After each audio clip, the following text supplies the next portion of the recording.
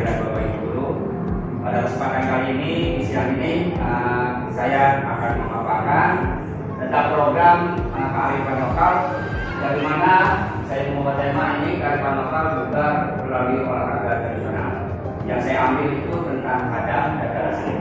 Jadi nanti akan kita buat di dalam kegiatan kita ini, kita mix dengan kegiatan P5.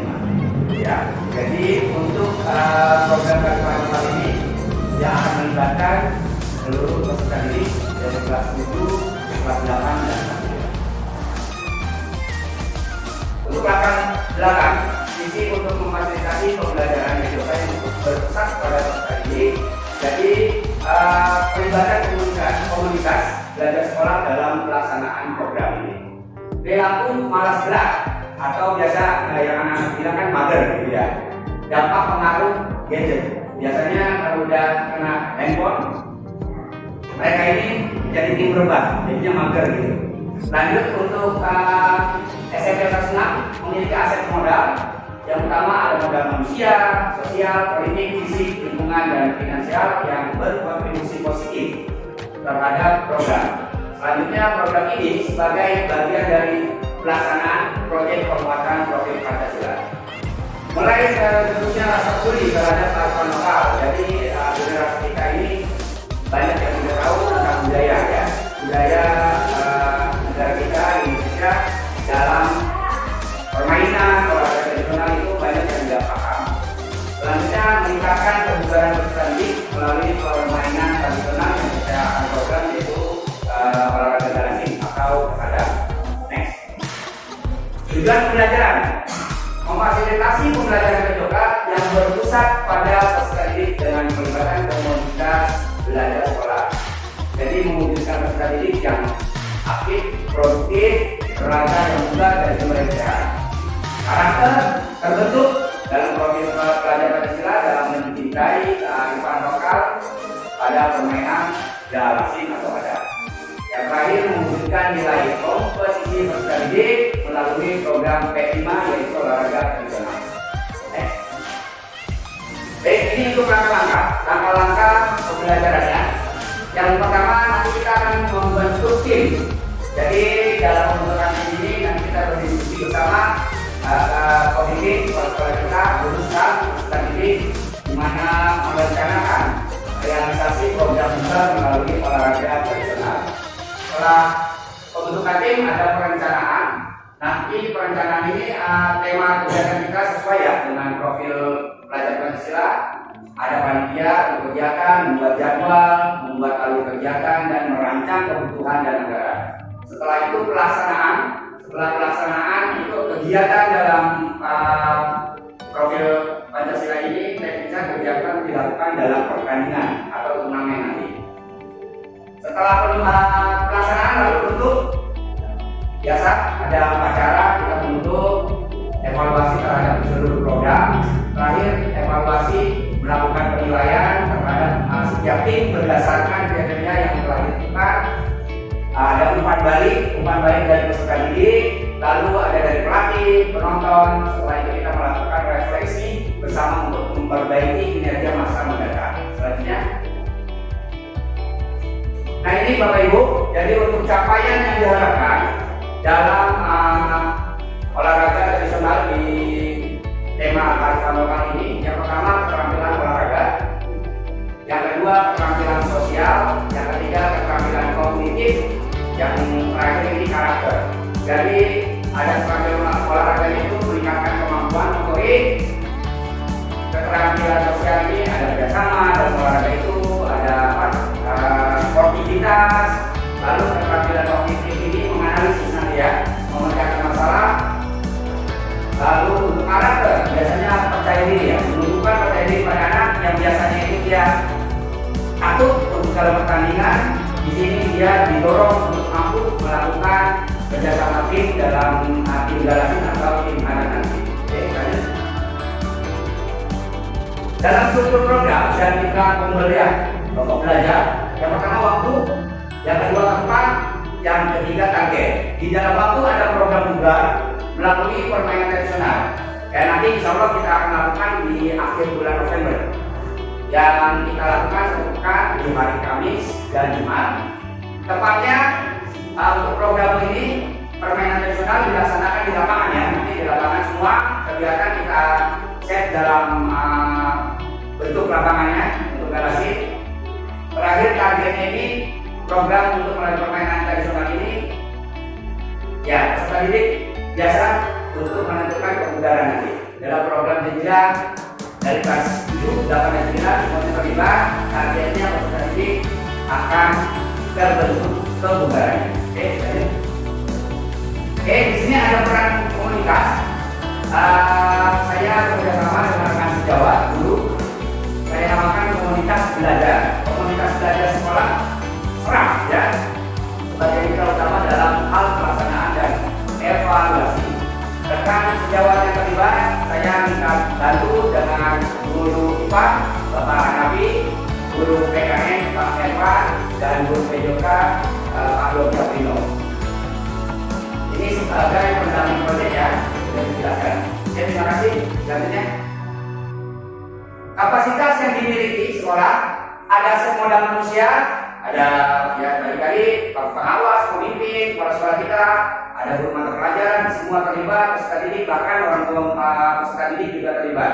Tokoh-tokoh yang di lingkungan sekolah kita juga ada tokoh agama, lalu pihak puskesmas kita terlibatkan. Aset modal yang manusia ini banyak berperan dalam aset SDM kita. Selanjutnya untuk aset sosial politik yang terlibat dalam aset sosial politik ini proyek untuk menjalin kolaborasi. Jadi kolaborasinya yang bersinergi dalam hal kebijakan dan tanggung jawab terkait proyek. Untuk selanjutnya aset modal dalam program aset modal politik yaitu kebijakan pemimpin yang pro terhadap program. Jadi menjalankan mitra dengan pihak lain. Aset modal agama warga sekolah semua ya.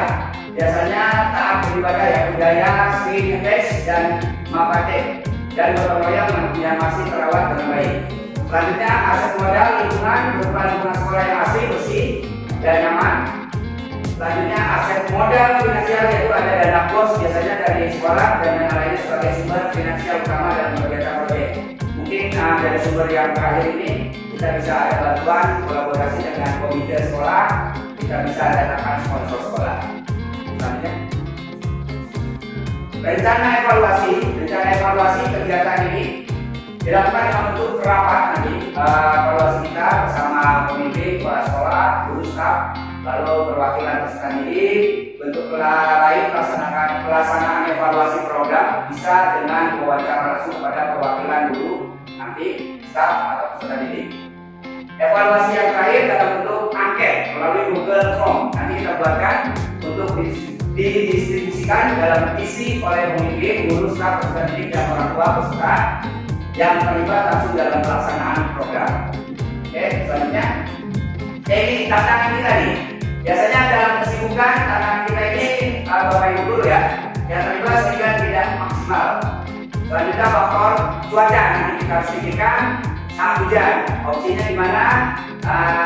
Biasanya yang kita laksanakan itu kalau lapangannya outdoor cuaca. Kalau panas mungkin kita masih bisa siasati waktunya, nanti pertandingan kita bisa singkatkan dengan modifikasi pertandingannya. Tantangan selanjutnya biasanya peserta didik ini kurang semangat. Ya tadi bilang dia mager ya, harus bergerak. Solusi yang saya ambil ini biasanya nanti biasanya tadi mengatur jadwal, mengatur ulang jadwal lagi, pelaksanaannya, membuat pertandingan dengan anak-anak ini gimana supaya mereka ini tertantang untuk melakukan aktivitas olahraga tradisional. Oke, selanjutnya. Oke, mungkin itu paparan dari saya dalam kegiatan diseminasi PKG PJK ini. Semoga dalam kolaborasi dengan teman-teman Bapak Ibu sejawat nanti bisa membantu program kita dalam diseminasi PKG PJK. Saya mohon maaf atas kekurangan yang saya sampaikan.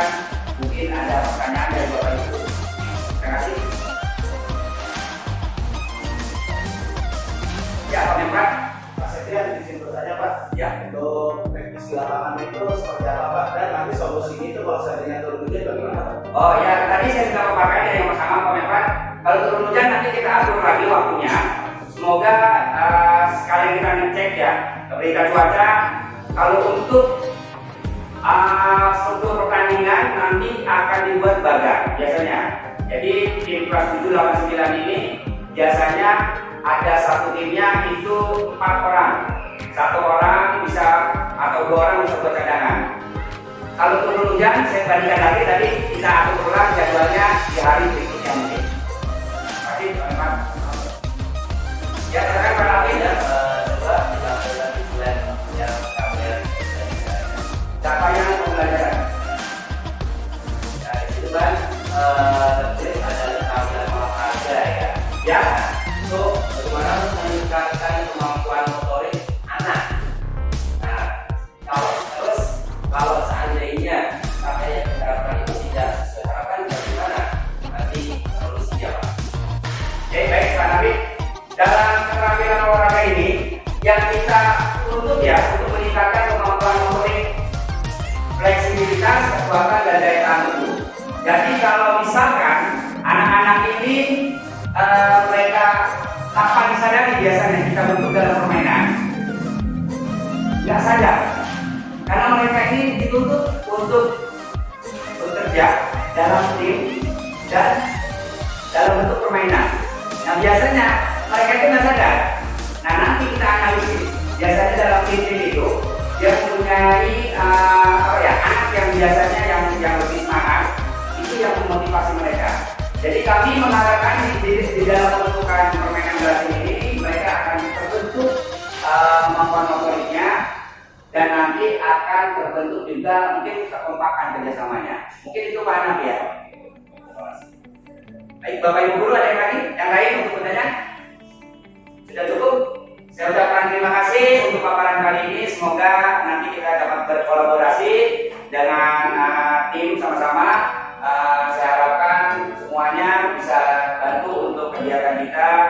Dan hari ini kesempatan kita bertemu. Saya ucapkan terima kasih banyak. Saya akhiri wabillahi taufiq wal hidayah. Wassalamualaikum.